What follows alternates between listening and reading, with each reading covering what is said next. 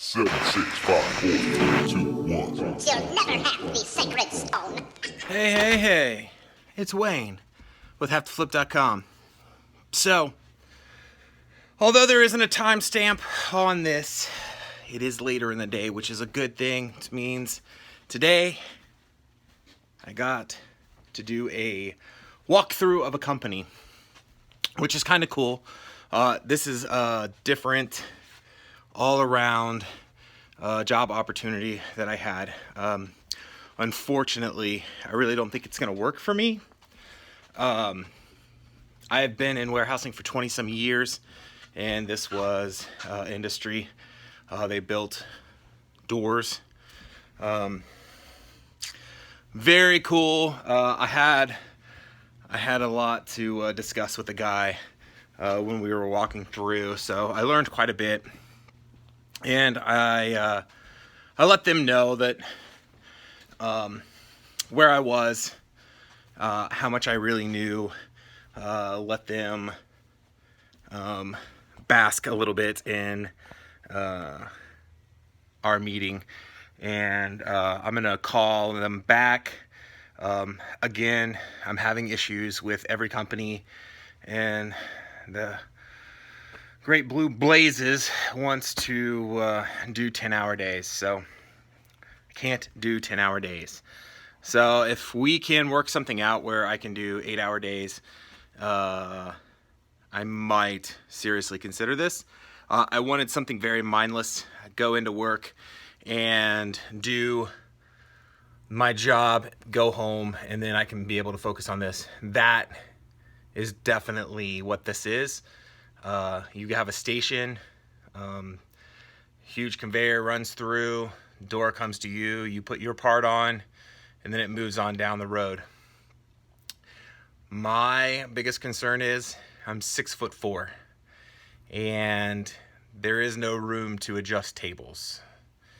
So the way they have all the tables everywhere, I am going to be bending over for those 8 hours. Everybody else, everybody right there was doing 10. They showed the sign-in sheets where everybody was signing in, and everybody had 10 hours in, and I can't do 10 hours. So I know I can't be picky. It's the end of the month. 3 weeks ago was my goal to get a job, and here it is, and I'm thinking about turning down one. Yeah, so I don't really have the room to be able to do that. So what I'm going to do is see if I can't negotiate just a little bit, and if they can't, I'm going to probably go ahead and do it until I can move on to another job. So I know a lot of people don't like that. They're definitely temp to hire, and not a temp spot. So to go in there, then teach me, and then me to leave right away is not what they want. So I don't know. Not that I have much of a choice, but I'm getting out there. I'm at least had a few interviews now, seen different companies. It's exciting. I'm ready. So I'm ready to get back into the force. I'm ready to be able to have that secondary income come in so that I can really start doing stuff in here. I have been doing a lot of my own research because eBay gives you crap loads of information that they allow you to access all the time. And not utilizing that information is just ridiculous. So I have been crunching numbers, and I am going to try to find, instead of buying everything that I come across, I'm going to narrow it down and see if I can't get some key items to come in all the time. Stuff that moves as quick as it can in that category, in that condition. So if new moves faster in athletic wear, I'm going to buy only new items within the athletic wear, and vice versa. If jeans sell faster as used, and this is how I'm going to do it. This is how I'm going to break it down. I'm going to break it down and find 2 or 3 categories and subcategories that are the solidest categories that I can find. And then I'm going to break it down by brand within that so that I can tell what percentage of what brands of the top brands sell, and seriously narrow down what I'm buying on a constant basis. And know that even though I go to the bins and I start raking in all of this stuff, I know that like jeans might only have an 11% sell-through rate, and they might all be in the used category, so only 11% sell within that 90-day period. So that might be something I totally leave on the side then. Granted, one pair of jeans might be almost, or not one pair, but one brand might be all of that 11%, and that one brand might be an excellent brand to pick up.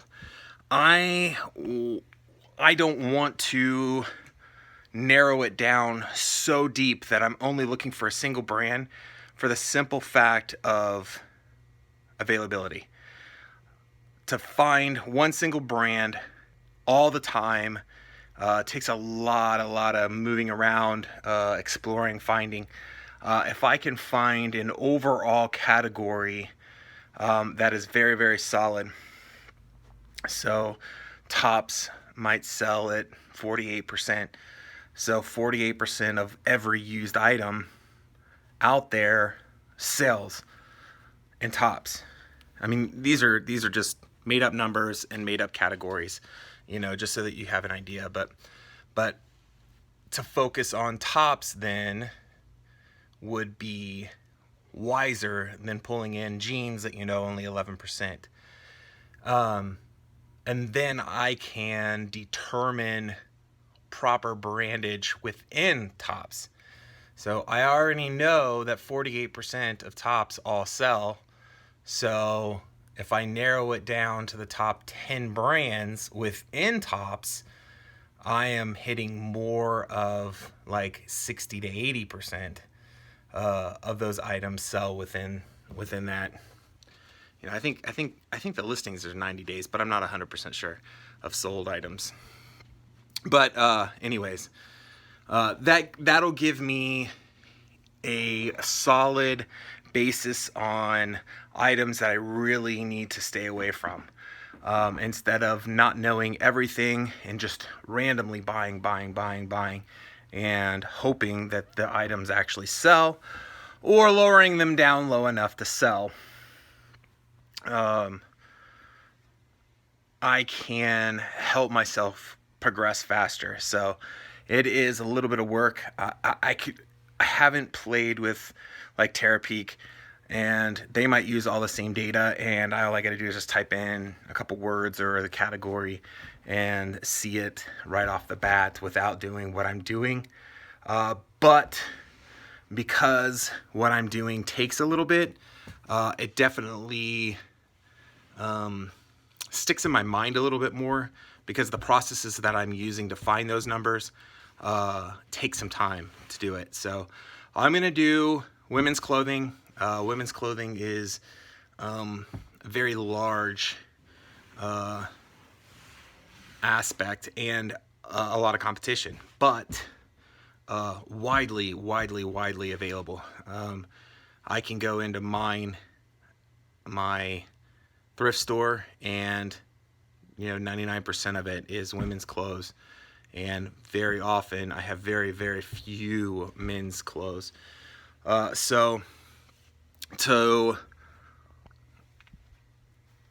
push on getting those set categories down within those like subcategories, and really bunkering down on getting those items that I know really solidly move, and then narrowing it down even more to the certain brands that are really high pushers, and see if I can't go out on a constant basis and pick those items up. And I want to try to get all of that really together and some kind of strategy plan together on buying before I start buying again, because I'm going to quickly fall into my old routines of let's go to the bins and buy 300-400 items, put them out there and see if they sell. If I get a solid plan in place of what it's gonna buy, what we're looking for, I think I'm gonna do a heck of a lot better than I have been, because a lot of my items now, that's what I did. I just bought everything, and if it sells, awesome. If it doesn't, it's still sitting in those totes. So things are progressing. I'm very, very happy with that. I still wish I would have had a job by now. I really need the financial pressure off my back so that I can help this grow. Oh, and I'm also changing the way I am going to process all my items. So I'm super pumped about that too. I'm gonna start today and see if my process speeds it up. Right now, it's really broken. My listing is broken into 4 parts, and I wanna take it down to 2.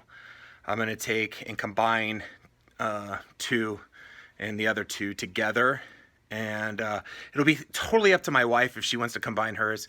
My 2 functions that I do out here, I'm gonna combine as in one functionality and get all of it done at one time, rather than it going from me to my wife, back to me, and back to my wife. So I'll eliminate that, at least one back and forth trip. And if she wants to build the listing directly off her filling out the sheet, she's more than welcome. So she'll be able to, instead of just going through the sheet, filling out that data, she could literally just open up the laptop and it'll be there for her, and she can just, instead of pre-writing it, she can literally just draft it and it's done. So I think that'll speed up some stuff. It's gonna slow me down a little bit in here, and it could cause a potential of errors. For the simple fact is, once the item's in here, I'm gonna give it an ID, and that ID now has to follow it all the way back and forth from my wife to me before we processed everything. And at the very end, I gave it an ID once the picture was taken to match up the draft. So that way the sheet had an ID and the actual item had an ID with the picture. So the potential of me losing a tag becomes possible with extra moving in and out of the bins that we transport back and forth. So, all right, that's it. I'm glad I got to you guys and let you know kind of where I'm at, and that things really are progressing on paper. Now, if I can get some of this stuff implemented and start pumping it out, I want to be able to see what I have, where I'm going, how I'm progressing like I used to and I fell out of, and to better my processes and win. That's the goal. Peace. Unfortunately, all good things have to come to an end, and here we are. So if you liked the video, please give me a thumbs up. And if you'd like to continue to follow my journey, make sure you subscribe. So until then, I'll catch you on the flip side. Good night. Goodbye. See you later. Toodaloo.